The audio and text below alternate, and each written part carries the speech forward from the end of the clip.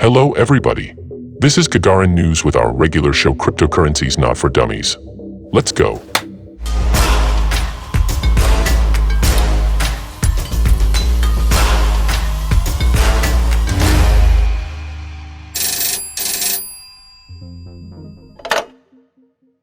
What is the problem with buying votes in DAOs?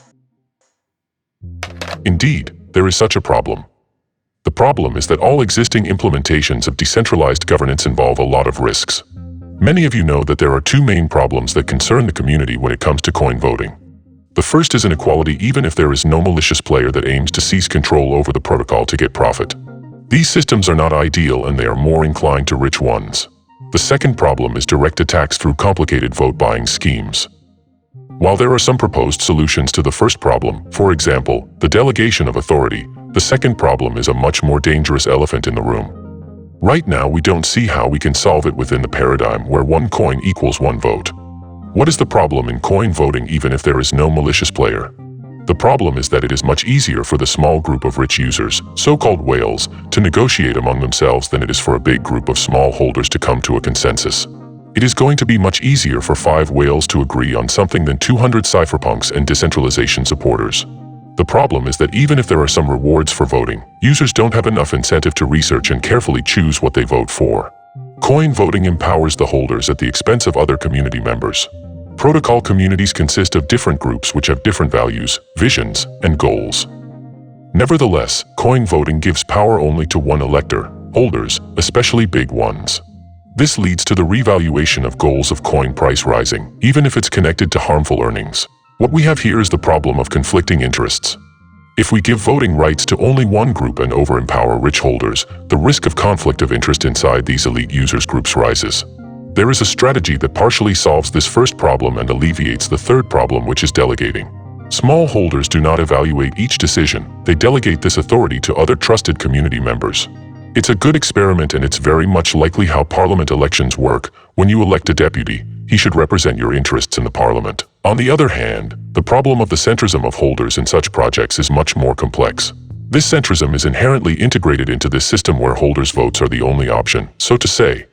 The misconception that this centrism is not a mistake, but the intended target is very harmful to our community. The question is, can we still assume that these crypto protocols are public goods if the small group of whales has control over them? Some even call them public infrastructure. But if some blockchains are really serving the public, then it's definitely DeFi projects. These holders are only interested in one common thing, the price. The blockchain serves a much richer and broader public than DeFi token holders, but our governing models involving coin voting are not able to cover it. It seems very difficult to create a flexible governing model that will be able to cover this public without fundamental changes in the paradigm itself. What is this deep fundamental vulnerability of coin voting? Why is buying votes a problem? The problem becomes apparent when a determined intruder trying to destroy the system arrives. The fundamental vulnerability of coin voting is easy enough to understand. In the protocol with coin voting, a token is a bundle of two rights combined into one asset. Firstly, it's some economic interest of protocol income, and secondly, it's the right of protocol governing. This combination is deliberate. It aims to make sure that power corresponds to responsibility. These two rights are very easy to separate from each other. Imagine the wrapper contract with the next rules. If you deposit one XYZ token to the contract, you get one wrapped XYZ, WXYZ. WXYZ can be converted to XYZ at any time. WXYZ holders also receive dividends. Where do dividends come from? While XYZ tokens are inside the contract, this contract can manage these assets at its sole discretion. This contract has a right to put a proposal to a vote. This wrapper just auctions off this right each day and redistributes the profits among initial investors. Thus, we have a governance token, we deposit them into this contract, and there is some person or some algorithm that runs this contract and manages the voting. For this, the rent is paid, and the money is redistributed among holders who initially deposited their tokens into this contract. So what should you do as an XYZ holder? Should you deposit your tokens? If you are a large holder, this option may not be right for you. Yes, dividends are lovely, but the wrong person in charge of the contract may not be very profitable for you. As a smaller holder, depositing your tokens is a viable option. If the governance rights that were sold off the auction will be bought by a malicious player, you will lose some profit, but you will still get the full revenue from dividends. This is a classical tragedy of crypto communities which are governed by DeGo. For example, an intruder accepts a proposal that distorts DAO in his favor. The damage per one user is D. The probability of a vote will affect the result is P. The intruder takes a bribe from B. The calculation of the bribe of the attacker will look like this. Your interest equals B minus D multiplied by P. The other's interest equals minus 999 multiplied by D multiplied by P. Thus, if B is bigger than D multiplied by P, you are inclined to take a bribe, but if B is smaller than 1000 multiplied by P multiplied by D, then accepting a bribe is collectively harmful. If P is less than 1, and usually it's much less than 1, the intruder has the ability to bribe users so that they accept a negative decision, compensating each user much less than the damage caused by it. One of the natural critical remarks concerning user bribing goes like this: are these electors so immoral to take such obvious bribes? We have to understand that an average DAO token holder is an enthusiast and he wouldn't feel good about such a selfish sale of a project. But there are much more convoluted ways to separate rights for governance from rights for dividends, and they do not require creating a wrapper contract. The easiest way is borrowing on platforms like Compound. If a person has ETH, they can block ETH in a collateralized debt position, CDP. Here is the link to our video where we cover CDPs among other things. As soon as they block their ETH in CDP on one of the landing platforms, the contract will allow them to borrow this token with a limit of 50% of the deposited ETH. They can do whatever they want with this token. If they want to unblock his ETH, they have to return XYZ they borrowed plus interest. It is important to mention that during this process the borrower did not carry any risk concerning the XYZ token. If they use this token to vote for a proposal that will destroy its price, they will not lose anything.